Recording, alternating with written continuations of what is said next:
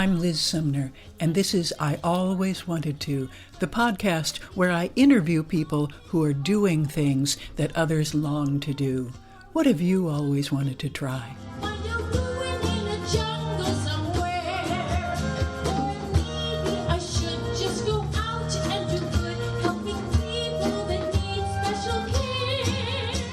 Hi, everyone. I just wanted to give a quick welcome to our new listeners and followers. I'm really glad you're here. I have a couple of requests. First, if you like what you hear, please share it with your friends and leave us a review on Apple Podcasts. Also, I'd really like to know who's listening, so if you could fill out a brief survey, you'll find it at lizsumner.com/survey. And if you're really a fan, you can support the podcast at patreon.com/alwayswanted. Thank you so much for listening. This week, my conversation with Manny Faces was so compelling that I decided to make it into 2 episodes. In part 1, Manny explains the culture of hip-hop and why he founded the Center for Hip Hop Advocacy. In part 2, he responds to some of my preconceptions about what hip-hop music is and is not. I learned a lot, and I hope you enjoy it as much as I did. Here's part 1. My guest today is Manny Faces. Manny is an award-winning journalist and host of the podcast Newsbeat. In 2015, he founded the Center for Hip Hop Advocacy. I invited him here to help me understand why I should appreciate hip hop. Welcome, Manny. Thank you very much. It's a pleasure to be here. So tell me, what is hip hop? Is that an umbrella term? In its truest sense, yes. A lot of people immediately associate it with the genre of music, rap music, generally. But hip hop is an umbrella term for a culture, which encompasses a number of things, including music, including hip hop music or rap music. So hip hop is, if you look up the definition of culture, and it has all of these, traditions and things built in community and the way that, people operate and carry on through life, their ethos, if you will. Mm-hmm. There is indeed a hip hop ethos, a hip hop culture. And again, the art form that people normally attach to that is just a subset of that culture. Okay, so if you're talking simply about the music, what's the difference between, is rap a subset of hip hop? What's the difference between hip hop music and rap? Yeah, I think there's a close equality. So hip hop music and rap have been used interchangeably and acceptably so. That's pretty much it. The music of hip hop is rap. However, the music of hip hop is also DJing. It's sort of the music of hip hop is also beatboxing, making musical sounds with your mouth. So even there are it could be tributaries or gray areas. Okay. But generally speaking, when you think of hip hop music, generally speaking, most people are thinking of rap. They will mention DJing, turntablism, sort of the art of DJing, or beatboxing as their own separate things. Okay. Alrighty. So how did you come to be an advocate for hip hop, and what's your musical evolution? I've been a fan of hip hop. I'm about as old as hip hop. We kind of grew up, simultaneous, parallel, if you would. Mm-hmm. And I grew up right outside of New York City. So I grew up on Long Island. And I grew up in I'd say it's a mixed demographic neighborhood, but primarily, my school friends were African American, Caribbean American, children of immigrants and such. So I had that influence, and I'm a white guy, so I'm an Italian American. Mm-hmm. But my dad was a sociology professor, taught urban studies, sociology of minorities, and was a jazz and blues guy, and doo-wop. So I had this kind of basis, this foundation of Black American music mm-hmm. through that osmosis, and then growing up with Black friends right outside of New York City in the 80s, hip hop rap was the thing. So just like a lot of their communities came up, kind of this music was growing. I was a part of that community, and so therefore I absorbed it, just like many kids did in America. before maybe Middle America, let's just say. So I was a fan of rap very early on. I wasn't trained musically, so I didn't really do well in band class in school. But I enjoyed the playing records. I enjoyed trying to DJ and learn how to kind of manipulate the record scratch a little bit.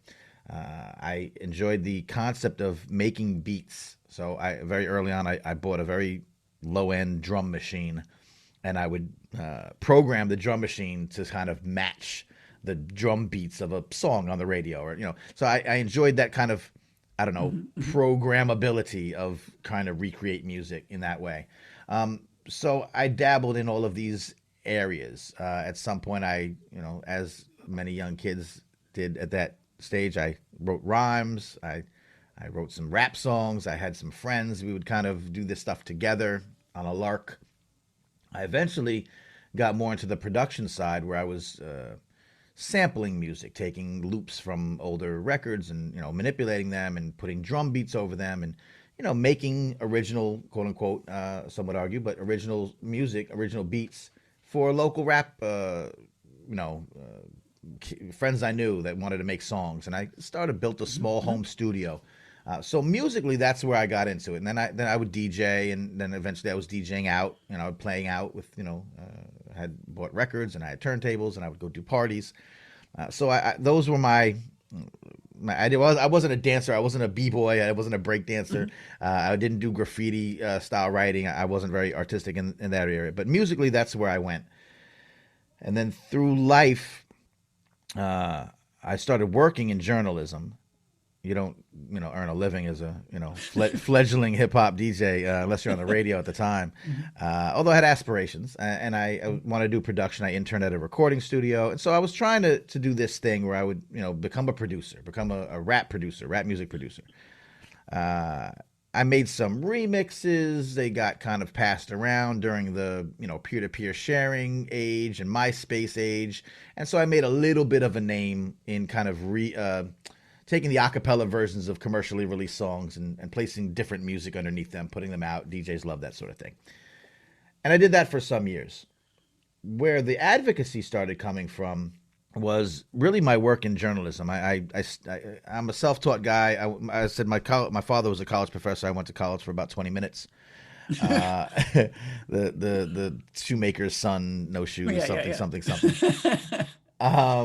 But I was self-taught, and I was pretty adept at technology, and I got into graphic design, and then I got into publishing, and then I got somehow a job at a weekly newspaper. And the alt weeklies out here are sort of the scrappy dog biting at the heels of the mainstream daily newspaper. So we cover the things that they might overlook. We might go after the companies that happen to be advertisers in the daily newspaper, but we don't care. So we'll call them to account, and put some bad cops on blast, things like that. So a real kind of ragtag bunch of really great journalists that were going against the grain, very hip hop in my sense, just kind of going against the status quo, and doing it when you weren't supposed to be able to do it. From them, I learned journalism. More structured. I was always a decent writer, but now at night I was this, hip hop guy, this like Clark Kent superhero thing where at nighttime I'm a hip hop aficionado. I'm right near New York City. I'm in New York City often. I see artists. I know some artists. But New York City has lost its flash in terms of hip hop. Hip hop in America had migrated to other cities. Houston was becoming very large. Atlanta became, and still in some ways is, the next mecca, the new mecca of hip hop in America. What year is it now? Late 2000s. Okay. Like through the 2000s, hip hop. New York owned hip hop in the 80s. L.A. then became kind of the next hub, but then through the years, other cities became very large scenes, and the industry then followed. There's a whole side thing about why, or strip club culture in the South was great because there was, DJs from the radio would go into the strip clubs. They'd get hired off of the radio, and then they'd advertise on the radio, and then the artists from the local areas would have their songs debuted at the clubs. And so there was this cyclical thing that in New York we didn't really have. We don't have strip club culture in New York, but Atlanta, it's quite a different thing. But anyway, so New York had lost its luster in terms of perceived luster. The hip hop media was elsewhere. But I found it very. I found that the void was there, and the independent music scene in New York City was very progressive. Actually, more so than I think what was being portrayed, and certainly on the radio. There were people from all different styles in New York City. It was literally still the melting pot. But you also had the pioneers of hip hop music, the legends, the OGs that were still alive and walking down the street. You could see them, and you could meet with them. And so I got this urge to cover that journalistically and be the voice of New York hip hop music and culture. And that became my beat for 10 years. I had an online publication that I started. I had a podcast that was complimentary. And I was the one. I was the one doing it focused. So I covered the independent music scene and all these things, the artists and great event series that were going on for 15 years that were just fabulous, incredible bastions of talent that, didn't really get the attention that they deserved. I gave it the attention, and I did that for some time. During that time, though, and this gets to the advocacy part, I discovered a lot of people and organizations that were using hip-hop in really innovative ways that were outside of just being entertainers. I would meet teaching artists that would, go into, juvenile detention centers and kind of connect with young people through music, help them craft raps as sort of therapeutic, in a therapeutic way. I met teachers that would bring hip hop into the classroom, both as a subject of study, but also as a tool to improve grades, improve engagement. There were organizations, one called Fresh Prep, that would train young kids who were failing these standardized tests that we have, these social studies tests and stuff. And these kids were failing. They're from like kind of poorly funded schools. They were kind of, getting that kind of attention. You bring hip hop into the mix. You bring some artists in that were authentic, and they would create raps that included the subject material that they needed to study, turn them into songs. The kids kind of got into it. They memorized the songs. They memorized the subject matter. 80% that had previously failed then went on to pass these tests. So, wow. So I start covering that sort of thing. As I realized within a couple of years, that's happening everywhere throughout America and really truly throughout the world. I just hosted a global conference on hip hop education, for example, 9-day conference. It just happened. So then my journalistic focus changed a bit. And I said, all right, I love the independent scene. I love my New York folk. I love the people that are doing it. And some of them I'm going to still be able to talk about. But this intersection of hip hop being used to uplift humanity in areas like education or science and technology or health and wellness, social justice and activism, all these other areas that nobody is talking about except for, in little tiny circles or maybe in academic circles, that the public, I'm pretty sure, generally speaking, has no clue. And so that became sort of my mission, to try to tell those stories and amplify the voices of the people doing that work. That is way more exciting than I had any idea. Okay, so give me some examples of some of the intriguing projects that are turning you on. Yeah, education, I think, is the most mature of these intersections. Although, again, health and wellness sort of is right there, especially when you talk about mental health therapy, school counseling. So I started meeting folks, and what I did was I started a podcast myself. Shouts to fellow podcasters. Hip Hop Can Save America, which interviews the people that are doing the work that's, again, improving lives and livelihoods and communities. And school counselors. Dr. Ian Levy, comes up as, if you just start dabbing your toe into this water, you'll find his work.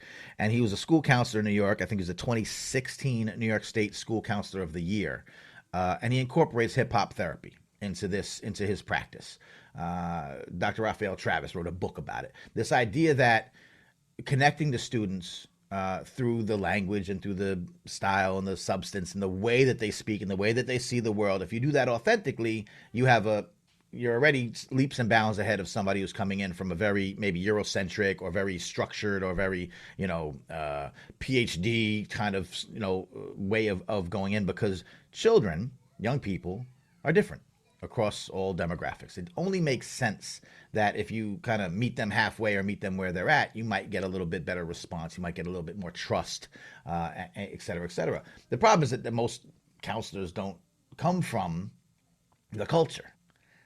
They don't necessarily have, especially if you're teaching, if you're a white person teaching in a predominantly black school, you may, as well intentioned as you may be, as well trained as you may be, you're not of that community. So there's a cultural divide there that could be bridged through an understanding and appreciation for hip hop. So these counselors recognize this. They put it into practice with great results. There's a program called Science Genius. Dr. Chris Emdin, who's probably the lead, the most front-facing face of this movement, has established a program called the Science Genius Battles. And they would be brought into schools. Again, these are like underfunded schools, inner city schools, typically black and brown communities. So they get these fundings for these pilot programs, like, it ain't working, try something new. And so they'd come in they say, okay, we got this thing where we come into science class. We meet with your teacher. We have a sort of a facilitator and a rap artist, an independent rapper, someone who's probably out there making some records, not a superstar, but out there doing it on the independent scene, comes into the classroom, and we're going to teach these kids to create rap songs about the science that they're learning. So it's like the other thing, but the kids are doing it themselves. But not only that, it's not just rote memorization, which is one of the criticisms of doing it. You could put anything into a song and remember. Look at all the people that know everything about the founding fathers because of Hamilton. Like we know so much now because we just memorized those songs. Mm-hmm. So that's good, but where does it really help excel? And the Science Genius program, they would craft the songs, but they would also compete. It'd be the Science Genius battles. So you would compete with your classmates. And to do that, you really had to go in. You really had to be engaged. You really had to, study the art form, but the art form. So that's not too hard for these kids. But you have to really know the material. You have to have a mastery of that material to be able to turn it into a song that makes sense. And I'll give you the greatest example I ever heard. By the way, they would battle the class. Then the kind of winners would then battle other schools within the district. And then you'd have this, finals, and the family would come and the friends would come and it'd be in the auditorium and it'd be these battles about science. Like these entire families would come out and cheer on their kids for doing science when these kids may have had so minimal interest to begin with. And one of the greatest stories I heard from that program, which has now gone on to like 6 different cities. I think they're in 3 countries. They moved on to Jamaica. I think they're in Canada. So a very successful, acclaimed program. One of the greatest stories I heard was a young woman who made her song was sort of about the functions of the body, right? So the functions of the body if you were to be poisoned or introduce toxins into your body, right? Which is great. You break down the things and your kidney and your liver and how all the things. But she's doing it as a metaphor for a broken heart because she had been through a relationship that had gone bad. So the way her body feels, the metaphor, what? And that came out of this class. That came out of this movement.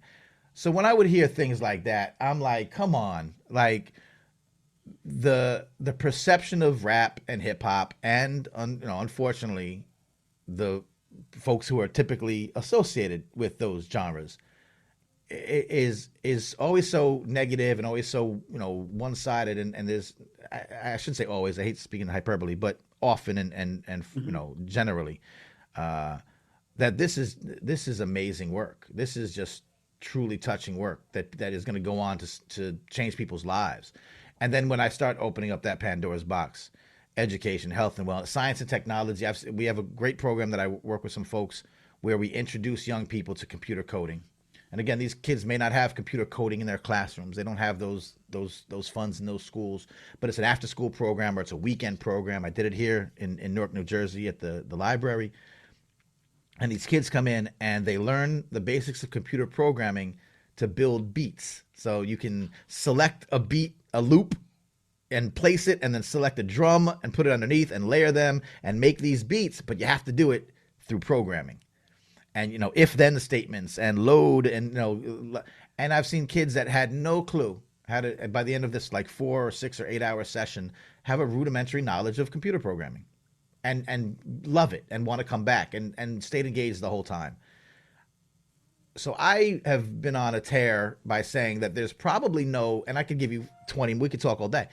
There's probably no aspect of education or health or life, entrepreneurship, the fine arts that we talked about Hamilton, but there's hip hop theater way before and way after. It doesn't start and end with Hamilton. It happens all over the world. It's been happening for decades.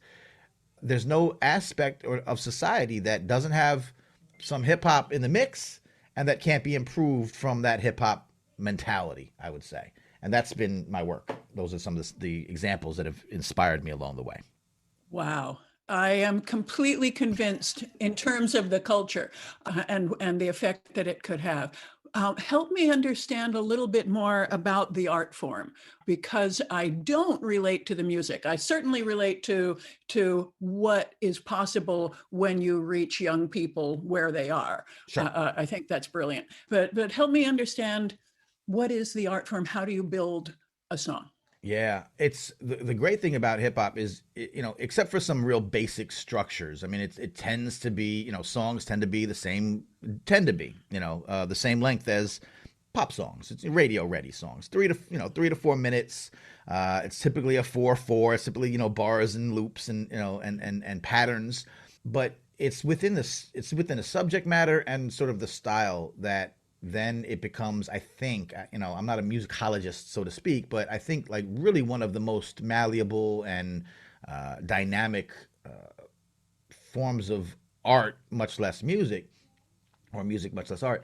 You can and have said anything in a rap song, like any subject matter is covered. You say you don't relate to the music, but I bet you we could find rap music that you would relate to, actually.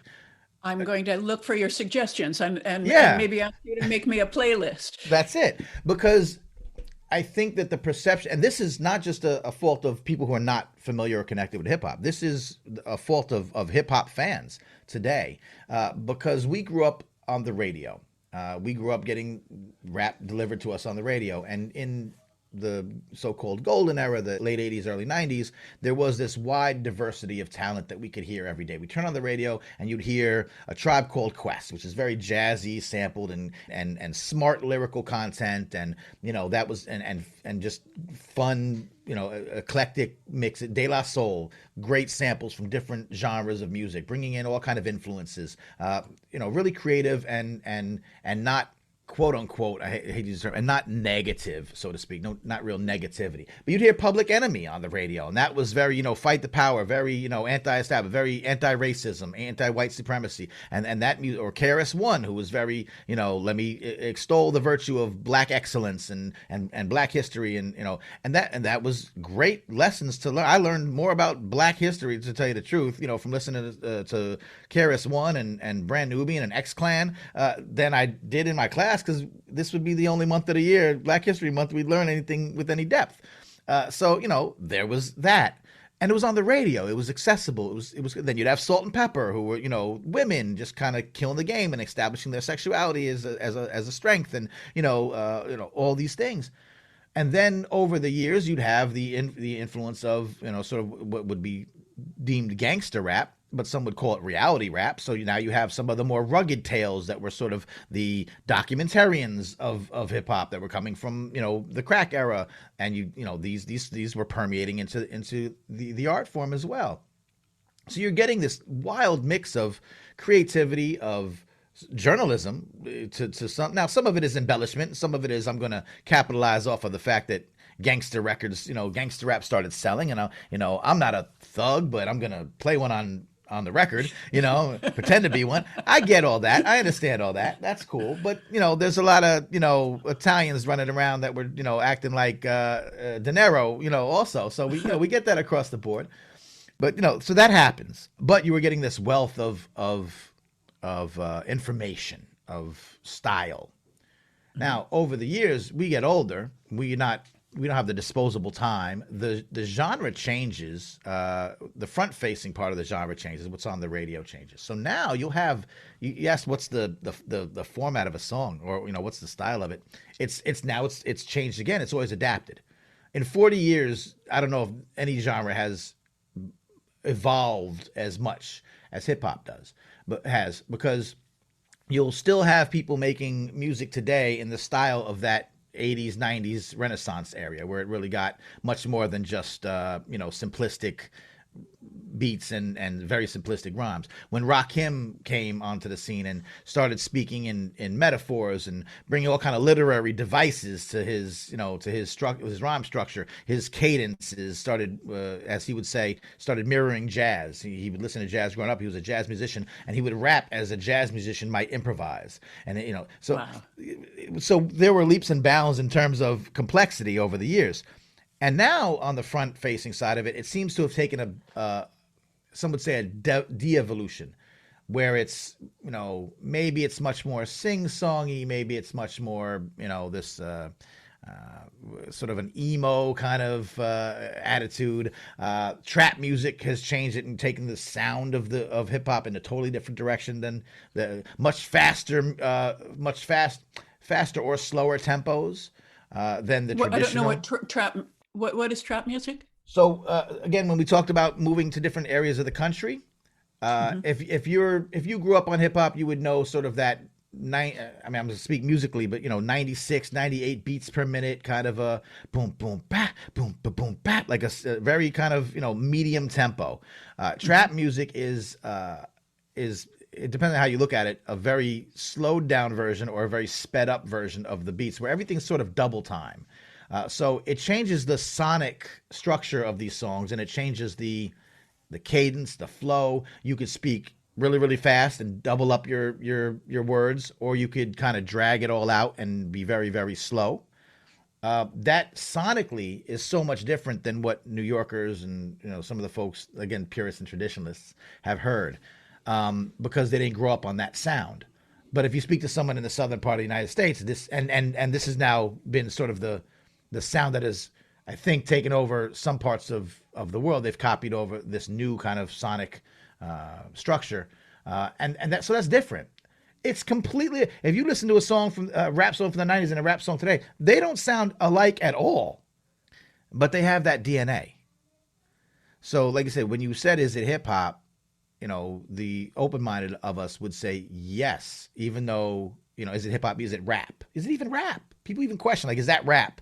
These sort of sing-songy, some of them like kind of mumble. They have thick accents, dialect from South, Southern or Midwest or Western or Southwestern. It's not the focus isn't on sort of that lyrical content, that substantive rap music, but we have to say that's what's on the radio. That's what sort of is being mirrored and copied, in the pop culture circles. As I often say, today, so that's very misleading to people who might turn on the radio today and say, not only is this not the rap I know, it doesn't even sound like anything I know, and there's nothing there. To that I say, we got spoiled when it was on the radio and it was accessible and it had these wide-ranging styles. And now, because of corporatization and all these things where they're, the radio stations are all playing the same kind of thing. But the genre itself is as progressive, forward-thinking, and evolved as it's ever been. A Spotify account will tell you that. You say you can't relate, give me a subject. And we'll find a song about it. People say there's no more protest music in hip hop. That was something hip hop was very much known for. I disagree. I'll give you hundreds of examples. They may not be on the radio. They may not be sung by a superstar. Jay-Z isn't necessarily dropping social justice anthems. But the artists who are not only have been doing it for 20 years, so this is what they do, but they're also artist activists. They're also out there actually doing that work. They're leading community organizations. They're performing at these functions. They're speaking out as well as being an artist. Tef Poe, who was in the St. Louis area when the Ferguson riots happened, he had been there. He was from there when Mike Brown was killed by police. And he had been doing this kind of music. He kind of came to the forefront a little bit during that time and then went on to become a fellow at Harvard. That's as consequential to me. And the music he makes is as substantive as important. So you would relate to that. You would not relate, but you would be interested in that music. That music would speak to you. And we can find that. Give me the subject matter and I'll get back to you, and it'll be there. It exists. So I think that's the main myth or perception. Stylistically, it goes all over the place, and substantively, there is almost nothing missing from hip hop music if you just kind of know where to look, and quality work, not just. Although I was gonna say not just bedroom artists, some bedroom artists are fantastic. Billie Eilish was a bedroom artist and she's a superstar now. She's very good. I like Billie Eilish. But we could talk, not hip hop, but as wide ranging, as dynamic, as impactful as a music genre could be, hip hop by leaps and bounds. Still today, even more than ever. And, some of these examples I think can prove it. I'd like to say, I'd like to be challenged. I'd like to say, two things. Can hip hop help me be a better plumber? Like whatever job you have, Yes, and I can tell you that. And then, but also, can hip hop? Can I find something that I could relate to? Well, I don't know much about you and your life, but I bet you we could find something that you'd be really fascinated with. Absolutely.